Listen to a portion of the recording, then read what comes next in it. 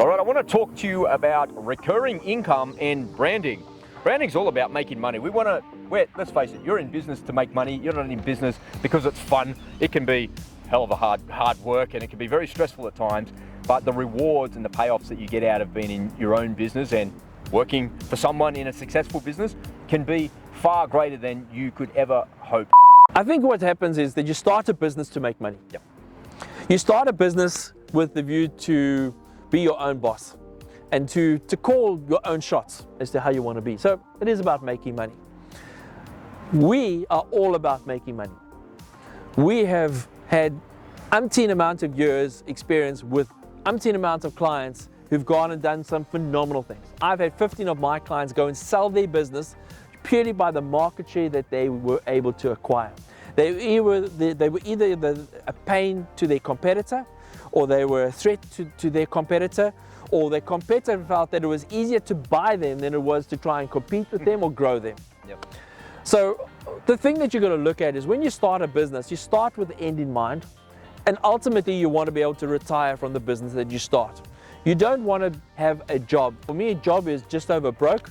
So when you're working in your business and you're running 18, 20 hours a day and you're stressed out and you're not having fun, well then what's the point? You've got to make sure that you've got an ample opportunity to create money. And so by creating money, I believe you need to create a brand. And I think that's where the two come together. Yeah, I love it. I think that over the years in advertising and digital advertising, specifically in marketing, I've discovered that the secret sauce to making huge amounts of recurring income is to have a recognizable brand. Because if you've got a database of 20 or 30,000 people and you've got your social media and you've got all of that happening there for you, if you can put something in front of your customers and they're hungry, eager buyers, you can test and measure your audience regularly. And that's the key in my view to recurring income. If you can figure out a way to get your market and your little slice of the market, your market share, to test and measure with, then you can create products and services that you can figure out that have huge margins for yourself and you can make more money.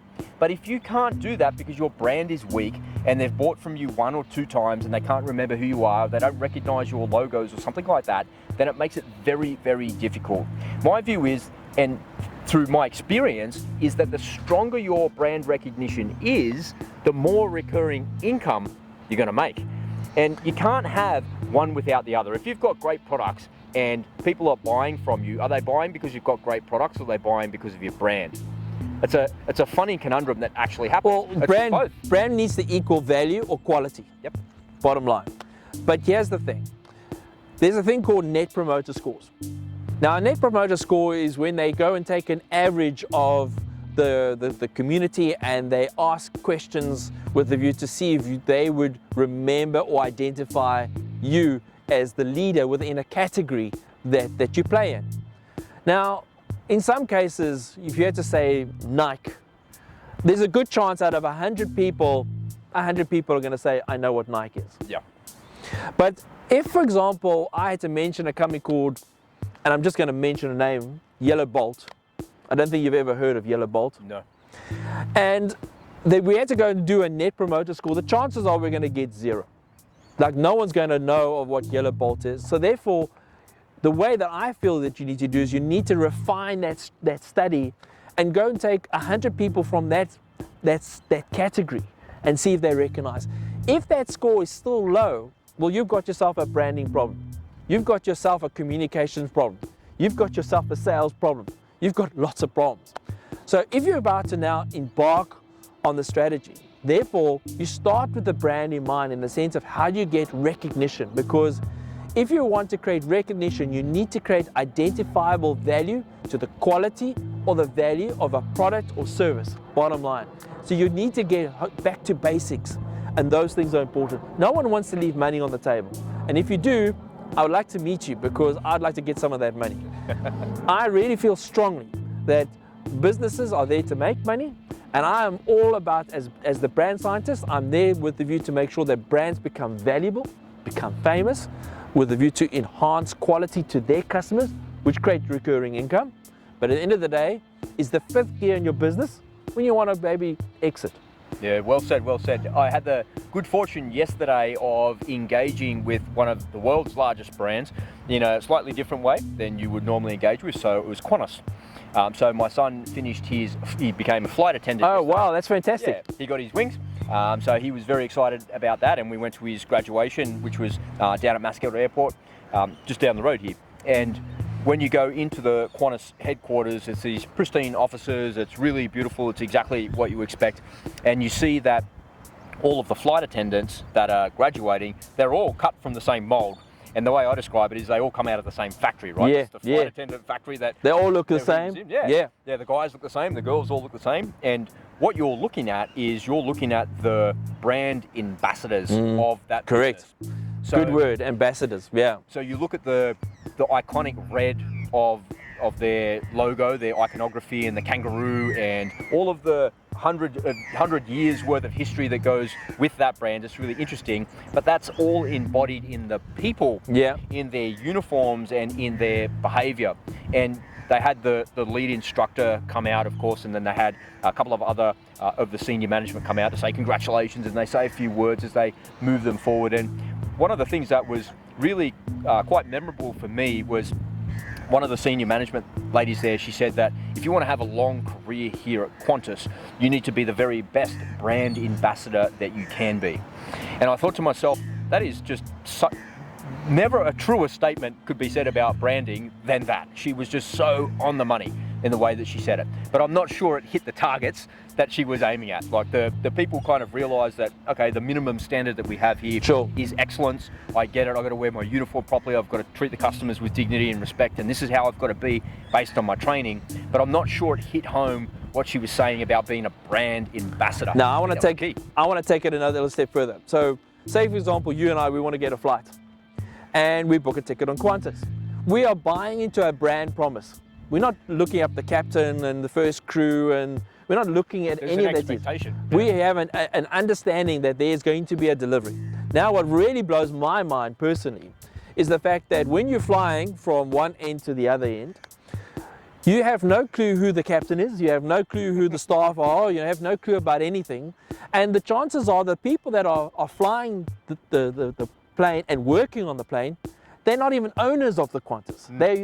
They are employees, but yet the way they take off, or the way they onboard you, the way they take off, the way they serve you, the way they land you, the way they offboard you, is all done to a recipe to the bottom line, in the sense of that those touch points are built according to the Qantas standard. You have an incredible, I think I'm going to make a generalization here, don't get upset, yeah?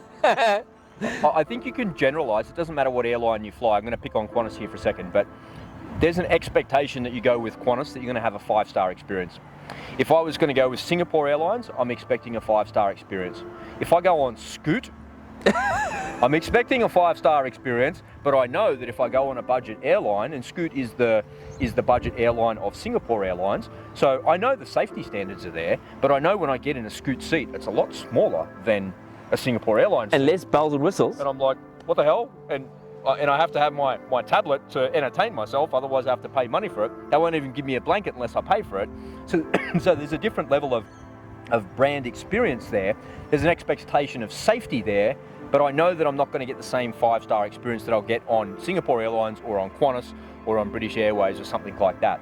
So I think a lot of people that have a shitty experience on something like Qantas or Singapore Airlines, it's really highlighted and amplified because you have an expectation that, hey, I've paid a premium price for this ticket. I have an expectation of premium delivery. And if something doesn't go quite right, if your bag is lost or something's delayed or... Look, things go wrong in every business. Exactly right. Things go wrong in every business, but there is a formula or a recipe to solve the problem.